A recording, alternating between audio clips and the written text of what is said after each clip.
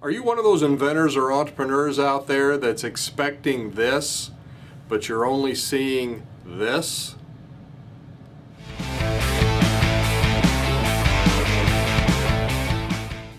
Hey, it's Don Skaggs again with Empowered Inventing, where we try to help you help other people by taking your great innovation, the right opportunity, mixing that with sound wisdom so you can turn them into real things like products and businesses. Now, today I want to share what I would consider a very, very simple principle, and that's you reap what you sow. And a lot of people look at that in a negative context, and sure, there is definitely a negative context to that. But I want you to think about it in a positive context with kind of a negative twist or something to avoid a negative twist.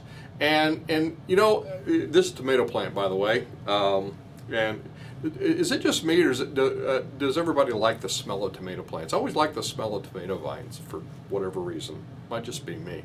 But anyway, you know, if you plant tomato seeds in the ground, you know, and you watered and you cared for it and you weeded it and you made sure, guess what? You're going to have tomato plants that produce tomatoes.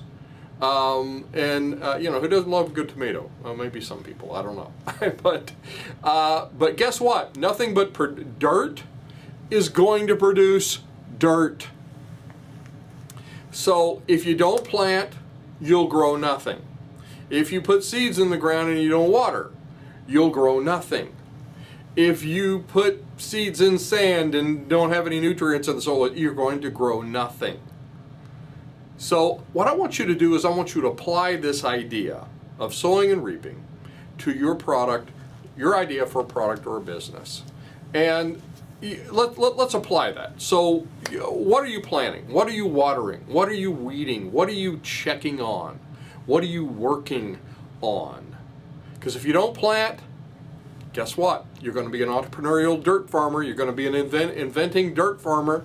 You're going to sit there and go, well, I've got nothing but dirt here. What's going on with this? Well, I've got a great idea. It's right here. Here's my seeds, my idea seeds. Had it upside down, didn't I? Well, this is my seeds. Why am I not? Because you're not planting them.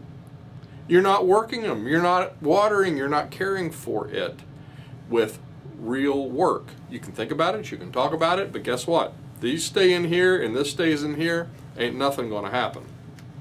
Now, let's apply that again. I got 5 ways not to be an entrepreneurial or inventing dirt farmer.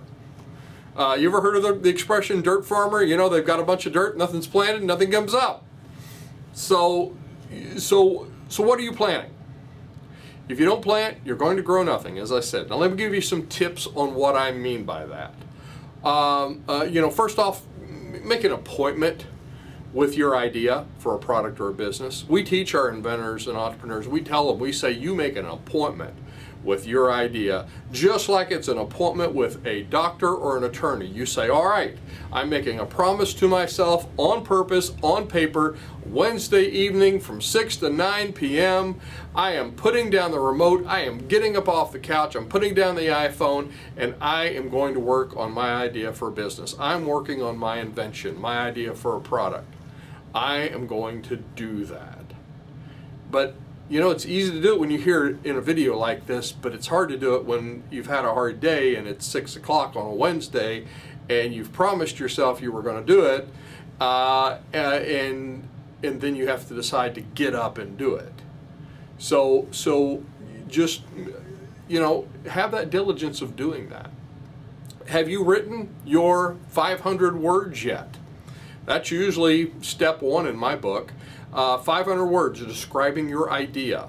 You know, that's a good place to start. You know, writing down your idea, when you do it initially, it changes. You can talk about it, you can think about it, you can lay awake at night and stare at the ceiling and think about this idea, but when you start putting pen to paper or fingers to keyboards, then things change. It changes in just so many ways. Also, it becomes your documentation as you start moving through all the steps. By the way, if you don't know what steps to follow, go to empoweredinventing.com and request. We will send you a PDF of the idea steps, which is a great way. And guess what? One of those first steps is writing down your idea. And so you're coming up with 500 words just to describe what it is, what it does, everything you know about it. And as you work through these steps, it's going to change. You're going to add to it. It's not just a static document. You're going to start adding things to it. And you're going to keep writing as you go on with all the other steps. And pretty soon you're going to have what you could have as a first draft for ultimately a provisional patent application. But that's one. That's putting the seeds in the ground, kind of. But then, have you proven your concept cheaply with a Frankentype? And we talk about Frankentypes a lot here. If you don't know, we talk about everybody was, I want to have a prototype made. Yeah, I'm going to spend a lot of money to have a No, you have two kinds of prototypes. You have a Frankentype and a demo type. Frankentype proves to you, rather cheaply, that it's actually going to work. What you see in your head, what you've just written down on paper, it's going to show you that. Demo type's going to prove it to other people after you've proven it to yourself with a Frankentype without spending too much money. So this is one of those things where it's going to take more work than it takes money. And don't have the mentality, by the way, is I'll just throw a bunch of money at it, at a problem or this step or whatever. And sometimes, yeah, you do have to spend money.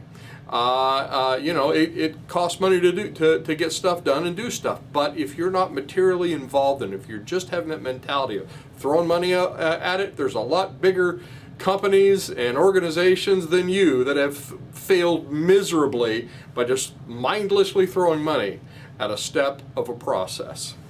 Now, have you taken time to immerse yourself in that marketplace?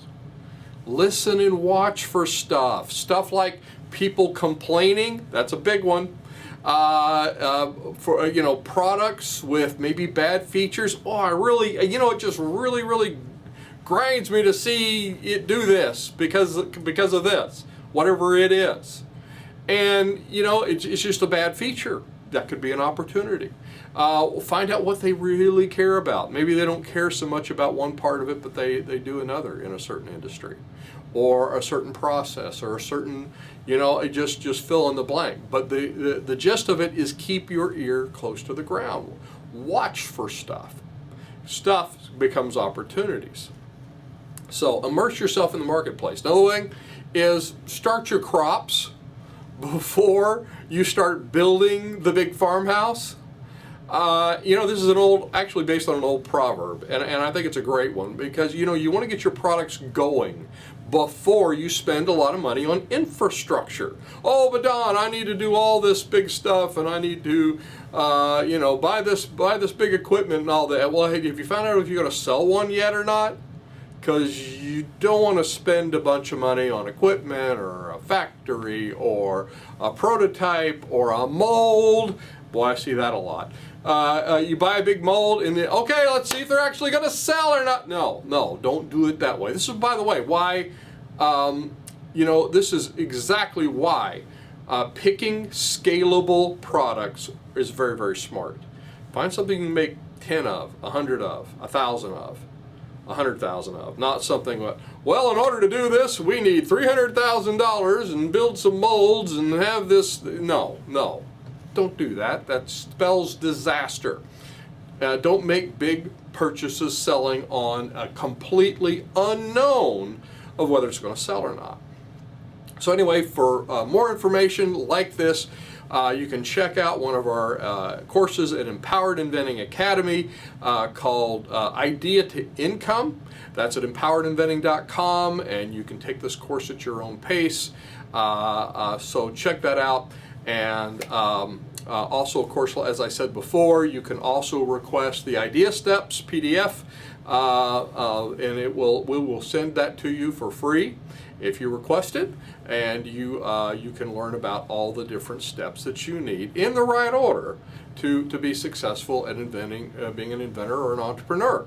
So anyway, I'm Don Skaggs. This is Empowered Inventing TV. Like, subscribe, help us to build our tribe, and I'll look to see you at the next meeting, workshop, maybe one of those online courses, or on the next video.